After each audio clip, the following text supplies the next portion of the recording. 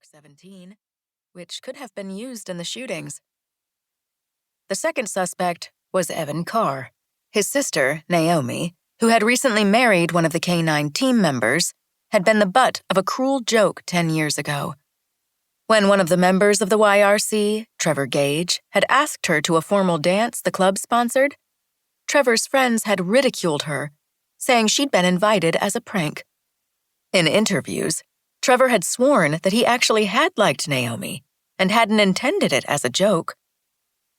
Hannah had read the transcript of the interviews the team had done with Trevor. She had no idea if he was telling the truth or not. 10 years ago, the members of the club were known for being troublemakers and having a love 'em and leave 'em reputation with the young women in Elk Valley. Why should Trevor be any different than the young men he'd run with? She'd met her share of that type of guy. Her sympathy was with Naomi. In high school, a boy had invited Hannah to a dance, but he'd never shown up. The utter humiliation of having taken the time to get dressed up, only to stand alone in a corner of the gym, still hurt after all these years. The memory of the group of boys who sneered and pointed at her from across the dance floor was seared into her psyche. She'd been hurt by men in other, deeper ways, including being cheated on. Her assignment seemed straightforward. Convince Trevor, who now lived in Salt Lake City, to agree to go into a safe house, since he was the most likely next victim. As if to confirm the team's suspicions, the Rocky Mountain Killer, or the RMK, a tall man with blonde hair, had been spotted in Salt Lake recently. Most of the team were in Salt Lake, including the task force leader, Chase Ralston. Trevor appeared to be working against his own self-preservation, though. He'd left his home in Salt Lake for a remote campsite on the island, causing him to be even more exposed.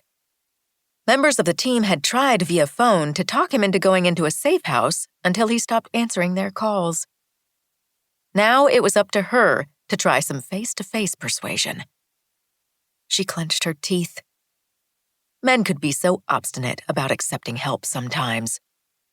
She shook her head. Some people were just hard to understand. She had Trevor's dossier with her, transcripts of the interviews the team had done, background information and a photograph. Intense green eyes, framed by blonde hair peeking out from beneath a silver Stetson, seemed to look right at her from the picture. Trevor was handsome, she would admit, but the story of his meanness to Naomi lingered in her mind. Knowing how men were, she didn't believe that he had really liked Naomi, and she doubted he'd changed. Once a scoundrel, always a scoundrel. Wasn't that what her own dating history had taught her? After so much pain, she'd given up on the possibility of finding love. Better to focus on her job and being the best auntie she could be to her nephew and niece.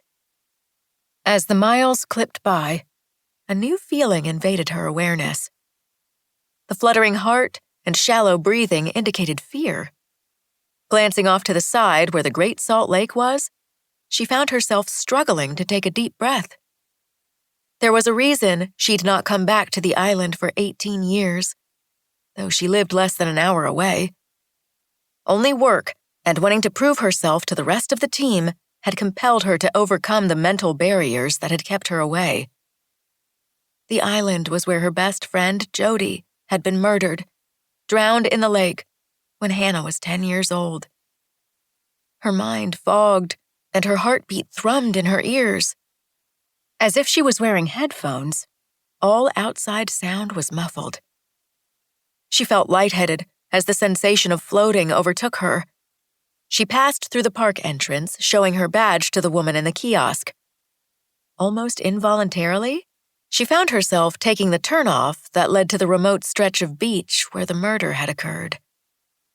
As the tires rolled over gravel, unclear images flashed at the corners of her mind. The memory of the sound of waves lapping on the shore made her breath catch. She was back at the place that had marked her life in a way that she could not overcome even after all these years. Only her sense of professionalism had eclipsed her fear about the past.